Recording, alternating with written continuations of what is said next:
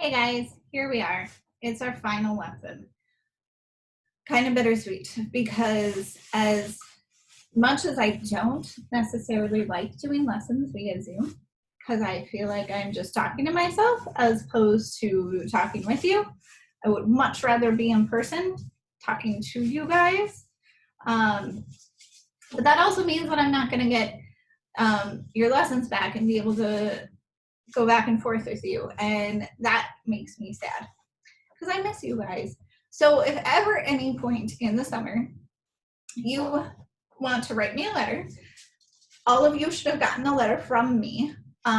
Or if you just want to email me, feel free. I would love to hear from you and see how you're doing. Because I do miss you and I can't wait to see you in person. Also, I should apologize. I have two of my dogs in here. I have Annie right there, the big one, and then Charlie. And this is Charlie down here. He's my Pomeranian. Those two have been getting into trouble today. So I had to lock them in here because my kids are trying to get their assignments done and they have Zoom meetings their own. And the default is that I get to be a parent and have them locked in here with me. So I apologize if they get loud and rowdy, which they might. So back to the lesson, because this is one of my favorite lessons. It is such a great story about God's hope and promise and how he can redeem anything. And just that his plan is so much bigger than us, and through God, through Christ, all things are possible. So where we left off with Jesus going back up to heaven. He gave the Holy Spirit to Peter and all the disciples, and the disciples are going around and they're trying to go to the ends of the earth to teach about the message of Jesus Christ, right? So they're doing this. They're doing a fantastic job. Too good of a job, in fact, because it's making some people mad. So one of the people that it was making mad is a guy named Saul. Now, Saul was a very prestigious man. He grew up in a great household. His whole track was to become this lawyer type guy, okay? He was supposed to work and be on the council of the Sanhedrin. Now, these guys were kind of like judge and jury. You know, they gave the rules about life and religion. So, of course, they didn't really like the Christians because that went against everything they had said. And chances are he probably saw Jesus being crucified and all of that. He even put in a letter saying that he wanted any Christians that he came across, male or female, to permission to like put them in prison and do what he had to do to eradicate them, which means get rid of the whole bunch of them. So this guy was the poster boy of not liking Christians. Now, when I picture Saul, I picture like Darth Vader coming down with all of the stormtroopers, and like how much Darth Vader did not like the rebels, you know, kind of the same. Or like Gaston really disliking the Beast, if you're into that more. You come up with your own villain type character, because I'm just a nerd.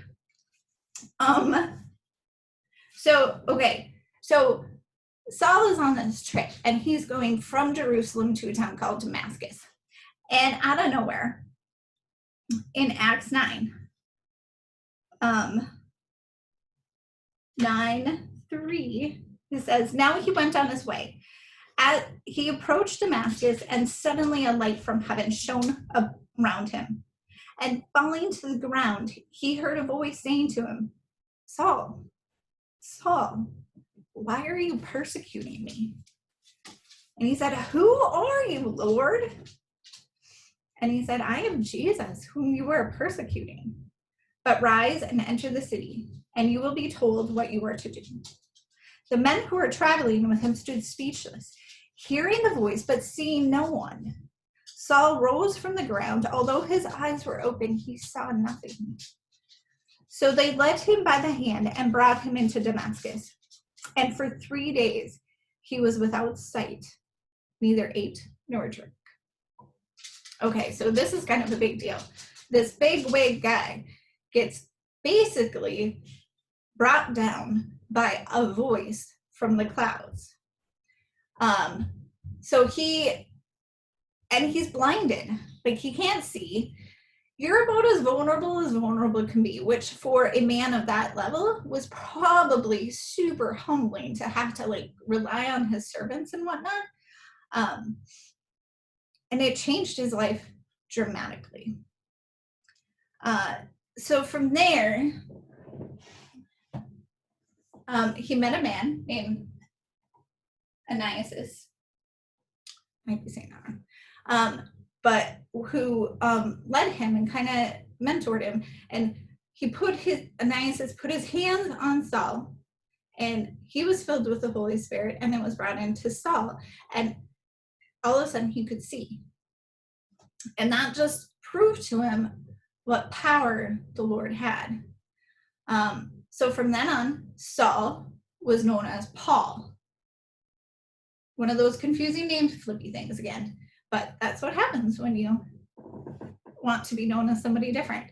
And from then on, this guy was like the #1 advocate of Jesus. He went around to churches, and he not only started churches, but he helped to grow churches and helped to mentor churches.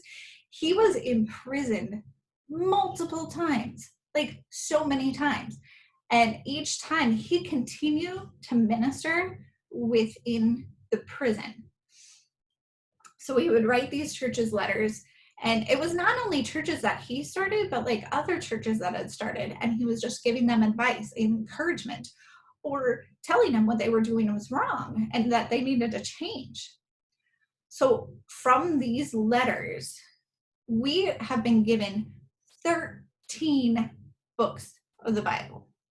Now, if you're paying attention on your worksheet later, and we're not going to write this on there, it's going to be if you're paying attention to this lesson. If you can name all 13 books that are written by Paul, I will send you something in the mail. Okay? So let me know the 13 books. I will send you something in the mail.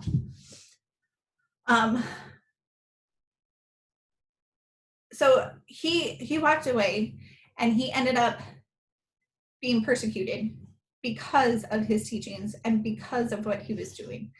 And without him, we wouldn't have nearly as much in depth about the church's teaching and all of that. Now, think about this. So this guy was a murderer.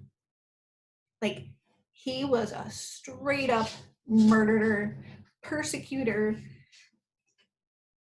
like bad guy. And he really, really, really hated Christians. Now, for him to turn around and become one of the biggest advocates not only shows you what God can do, but it shows us that we don't have to be pigeonholed into a label that has set upon us by either ourselves or by other people. Now, I know you guys are only in 6th grade, but sometimes, and some of you have probably already experienced this, but sometimes you get a label. It happens all the time in school, especially because that's kind of what you have to do. You have to have a label. You have to have a category because that's how you are put into teams. It's how you're put into classes. It's how you're put into clubs and groups and all this stuff. And sometimes I feel for you because that label can depict how people treat you sometimes. But I want you to know something, that label has nothing to do with who you are and who God has created you to be. That label is merely a sign of an interest or an action you may have done once. Now, let's say you got yourself into some trouble and now you have that label. Sometimes that's a tough label to live with. And sometimes because you have that label, you feel like you can do nothing but live up to that label. Well, this is a story for you because this is a story of hope and promise that God redeems anything and God can work through anything. I mean, if he can work through a murderer's Christian hating guy and turn him into like one of the biggest writers of the Bible, he can work through you no matter what. And he can see you wherever you are. He can meet you at any point in your life. So if you're kind of at a point where you feel like you're not really into the whole like learning so much about Jesus thing,